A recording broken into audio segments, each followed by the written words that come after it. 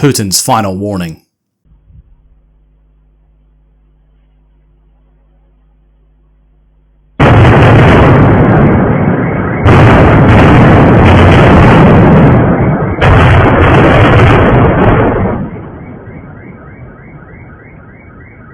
Russia recently unveiled a new weapon, shocking the Atlantis' powers as it struck targets inside Ukraine with what appears to be some kind of superweapon from outer space.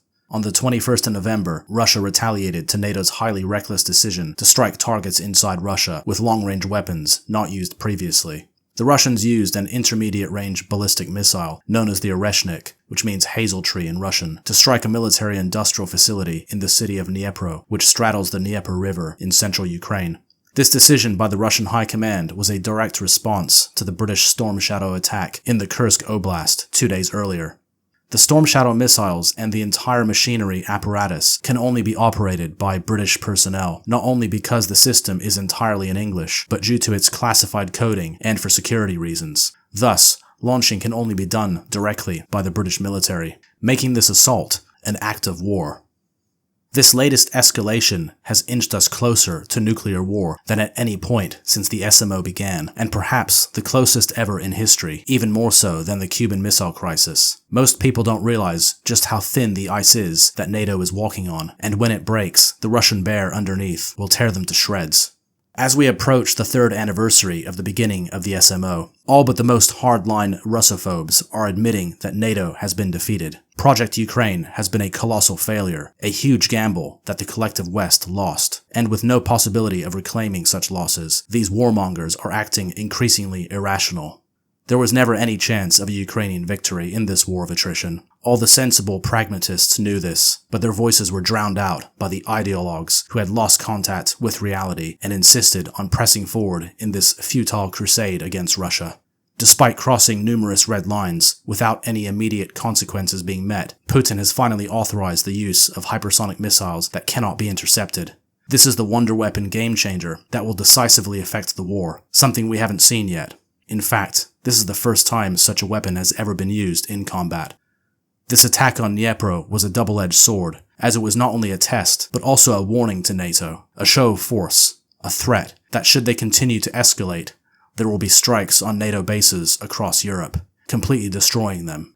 These oreshniks that were used were not armed with any explosive payload, yet the sheer velocity and inertia of the missile itself was enough to destroy the targets and cause an explosion from kinetic energy alone. These were effectively blanks. One doesn't need much imagination to understand the level of destruction that would be caused if a 500-kilo warhead were to be attached to these ballistic missiles. The Oreshnik has a range of 3,000 miles. Fueled by solid propellant, this new ballistic missile is capable of flying at Mach 10, which is nearly 3 kilometers per second. That's 10 times the speed of sound, making it impossible for any air defense in existence, including anything NATO or the US has in its entire inventory, to intercept. Each missile can carry up to 6 conventional warheads, and it can be loaded with a nuclear weapon. The attack last week was launched from Astrakhan, located in the Volga River Delta near the Caspian Sea, 1,000 kilometers away from the target. A 30-minute warning was given to Washington prior to launching this new weapon, allowing for any civilians to evacuate, or anyone else who didn't wish to be at the receiving end of such a ferocious weapon to vacate the area. Putin even said there will also be a 30-minute notice given before any future attacks in order to minimize collateral damage. This also proves the confidence the Russians have in the ability of these hypersonic wonder weapons to evade any and all air defense systems that NATO might attempt to use, because they know they can't be stopped no matter what. The speeds at which they travel are simply too great. Despite this, and after the initial shock of this novel weapon, it seems the USA and NATO didn't get the message and continued to beat the drums of war, insisting on playing Russian roulette, even calling for preemptive strikes on Russia's nuclear facilities. This is beyond madness. The Russians have already made it clear they have a weapon that NATO has no defense for, and US bases in Poland have already been publicly announced as targets. All of Europe is within range. Therefore, the USA has a choice. They can continue with their reckless provocations with more attacks on Russia proper, that is, non-disputed Russian territory recognized by all sides, or they can step down, de-escalate, and accept the reality that they've been defeated. But it seems they're incapable of swallowing their pride as they gnash their teeth, watching all those natural resources in Ukraine slipping through their fingers and into Russian hands. They gambled everything, and they lost everything. This war is about money. People don't talk much about it, but you know the richest country in all of Europe for rare earth minerals is Ukraine. $2 to $7 trillion worth of minerals. Ukraine's ready to do a deal with us, not the Russians. So it's in our interest to make sure that Russia doesn't take over the place. It's the breadbasket of really the developing world. 50% of all the food going to Africa comes out of Ukraine. We can make money and have an economic relationship with Ukraine that'd be very beneficial to us with peace. It seems the US NATO Atlanticists only understand one language: force. Violent force. And it seems Russia has no choice but to speak in this language. In short, if the US and Britain continue striking targets inside Russia, Moscow will unleash an attack never seen before, which will utterly destroy NATO targets all across Europe. Air bases, missile launch sites, and command centers will all be struck simultaneously by fully loaded oreshniks, not blanks. What we witnessed last week was Putin's final warning.